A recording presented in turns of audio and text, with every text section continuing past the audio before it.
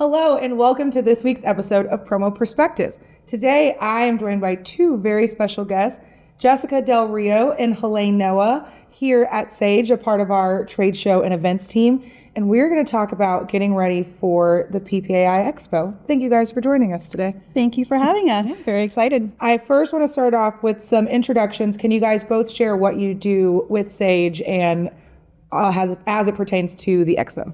Sure. So my name is Jessica Del Rio. I am the Director of Trade Shows and Events at Sage. So for PPAI Expo, I oversee kind of all of our operations there. So our booth build, Sage Conference, Sage Academy, kind of all of the little nitty-gritty details that we do there at a high level, I kind of oversee and then kind of go from there. Mm-hmm.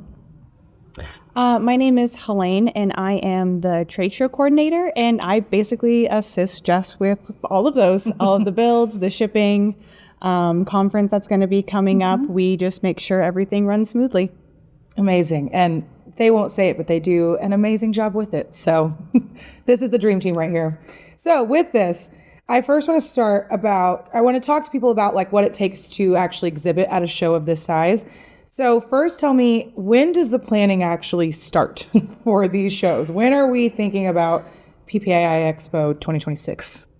So I think it depends on what size your booth is. So Sage, we have like a huge booth. So we are looking months and months ahead. We're thinking our huge planning starts, I would say, September. But you have to pre-book your space at the beginning of the year once that opens up. But all of the big details, all of the key planning, I would say starts about October as far as logistics go. But all of the marketing and that planning is even way before that. Mm-hmm. Honestly, I would say a lot of big picture things we start planning almost as soon as it wraps up.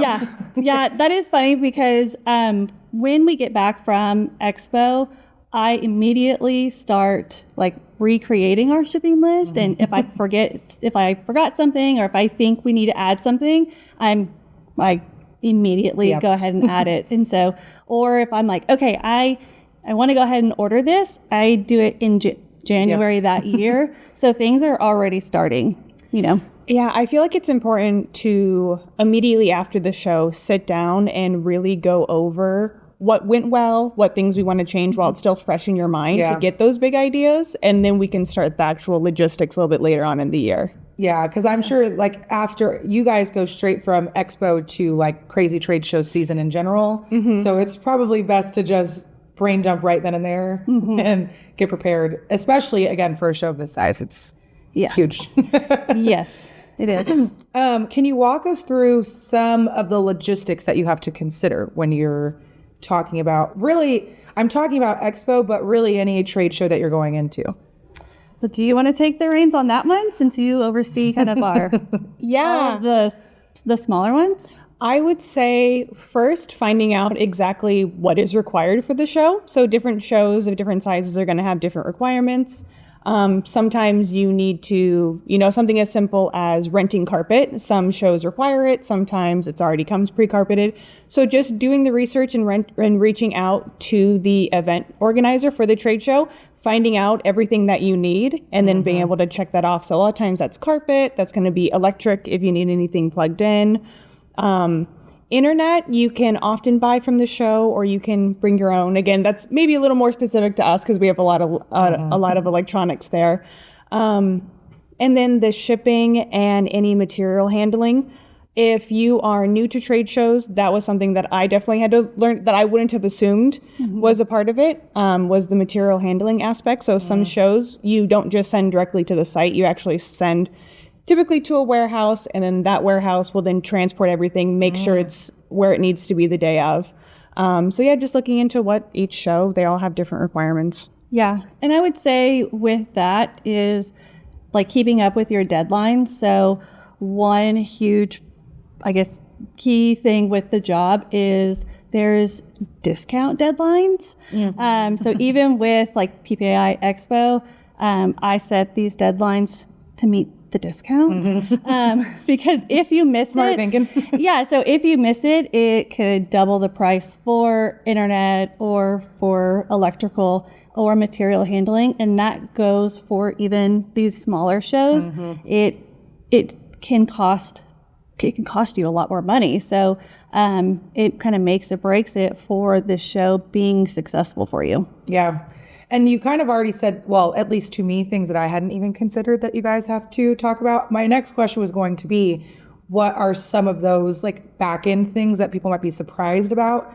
One thing that you just said was, I had no idea about the warehouse piece and materials not just going to the show, which makes sense because the shows I've been to, the things show up and I have no idea how they get there. So is there anything else like that you feel like if someone's new to trade shows that they would be maybe surprised about to know that it's happening behind the scenes? I would say maybe registering your booth staff. So typically registering yourself for the show and reserving that booth space is something you're going to do typically several months before. But an additional step that you have to do is registering your individual staff. So that way when you show up at registration, they're going to have all your information there. A lot of shows will allow you to register on site, but it's always the best idea in order to give them, the information ahead of time. And some shows will actually have limits on how many booth staff you can have, and then it might be an additional cost if you want more than the amount that they allow. So registering those people ahead of time will, prevent you from those surprise costs later on. That makes sense. Yep. So I would say is knowing if you're in a union state or not. So specifically for PPAI Expo, you are not supposed to do a lot of things. So in our booth, we run lots of cables. We are not supposed to really touch these cables. We have to have electricians and specific laborers on site to run those cables. Wow. Or we will get in trouble. Wow. I had no idea. Yep. So they are like trained or they have certifications to do these things. And if you do not like hire out that, you are essentially like taking work away from the unions. And you will get in big trouble for it. So that also applies to smaller shows. If you are needing to run cables or any sort of electrical, you have to hire that out. Wow. This is fascinating. Yes. No clue. Yeah. And so one other thing is carpet. So sometimes they hide the fact that carpet could be provided, and you may accidentally purchase carpet and you don't need it. So just always kind of be mindful of what's included in your booth. You may not have to buy it. Sometimes the show provides it. So just kind of being aware of what is included. Wow. Those both surprised me. I'll say that much. Yeah. Okay. Now walk me through a day in the life at a show. And we can keep it expo specific. So tell me what a day in the life is like for each of you. I'm very interested to hear what you guys have to say. Obviously, I've seen it with my own two eyes, but I would love to hear your perspective. Well, I would say our days probably look very different. Mine is probably phone call based. You're going to see me here, there, and everywhere. So at Expo, I have a fabulous contact at our booth that he's kind of managing the laborers at the booth. But if something happens, I may have to run down there. But then if, we're setting up somewhere else, I may have to be there. Or, let's go look at signage here. Or, we need to go look at this room to make sure it's set up correctly. So mine is solely based on when something is ready to be looked at.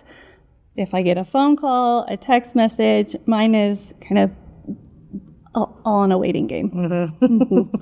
Yeah. But you're not waiting too long because I know those phone calls come. Yes. And like our booth, we have a pretty set schedule of when things are going to be set up. So I typically know like when the hanging sign is going up so I can make sure the lights are correct, or when the carpet is going down, I can make sure that the carpet is correct, or if the making sure like the electrical is coming out of the right places and the carpet, that kind of stuff. And then typically I get a phone call if the staging is going down in our conference room or at Academy, that kind of stuff. get a heads up when these things are going on. And if I'm not available, then I make another phone call. Amazing. Yeah.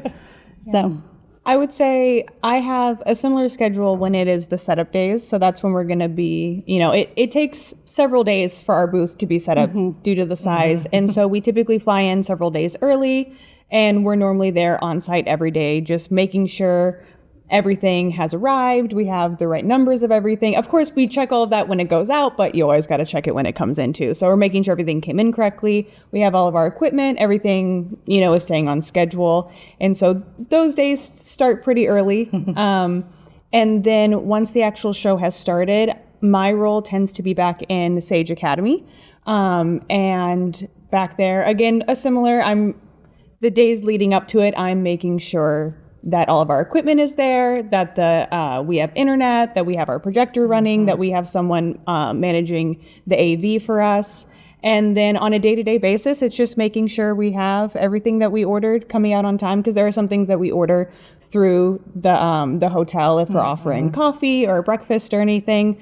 And then from there, I just manage the speakers that come in throughout the day and do the different sessions. I make sure we have the next speaker lined up, because sometimes they can get caught talking to people at the booth. So I make sure 15 minutes before that they're there, lined up, mic'd up, presentation is ready, and then also making sure everyone gets their credits when they come in. Nice. It's like you guys are choreographing a dance almost. Yep. A very complicated dance with a lot of different players. Yes, I would say with like 14 feral cats. Yes. Which brings me to my next question, which is what do you think is the biggest challenge that comes up during the week, or maybe like something that you guys now know with your experience to just be on the watch for, because it could present a challenge at the show later? So what I always say when it comes to an event, and I don't care what type of an event it is, in all of my years of doing this, nothing is ever going to go perfect. We strive for it, but you cannot control the uncontrollable. So we can control what we have coming in, but we deal with so many outsourced, companies. We cannot control what they are doing, even with, numerous phone calls, check-ins, all of that. So it's just planning for the unexpected. That's kind of, it's always having a plan B, C, and D if something does happen. So I would say I always make sure we have extras of every single thing. That would kind of be the most difficult thing, is if something breaks on site, being prepared for that. If someone forgets something, being prepared for that. If someone gets sick, being prepared for that. Just having backup plans for everything. Yeah, that makes sense. Anything you would add, Halayne? I would say keep documentation of everything that you not only plan to do, everything that you've packed, anything that you've ordered from other companies or other sources that are going to be providing it to you. Because again, as much as we can prepare and as much as I can plan that this is how it's going to go, there might be a miscommunication along the way.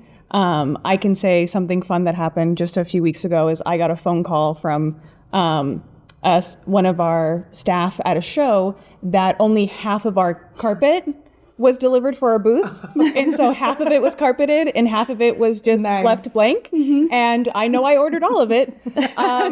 But they were told, hey, we only had it for this, so it's going to be an extra $1,000 if you need to buy it on site. And I said, no. I have my order, I have my invoice, I have my email confirmation, sent it all over. And they said, oh, okay, we're good to go. We'll lay that carpet for you. Amazing. So documentation, very important. Yes. If you are ordering anything, if you have anything scheduled, I would say have the documentation, have it accessible, because you never know when you're going to need it. Yeah. That is fun stuff.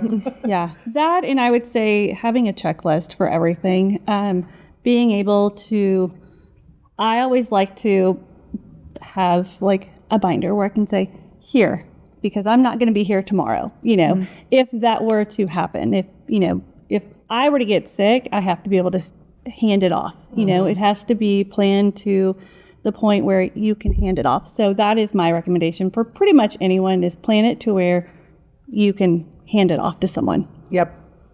And then last little bit I wanted to talk to you guys about is about kind of the overall experience itself. What are some things that you think can make a really impactful booth situation? Like what helps draw people to a booth? What makes a good and enticing trade show booth?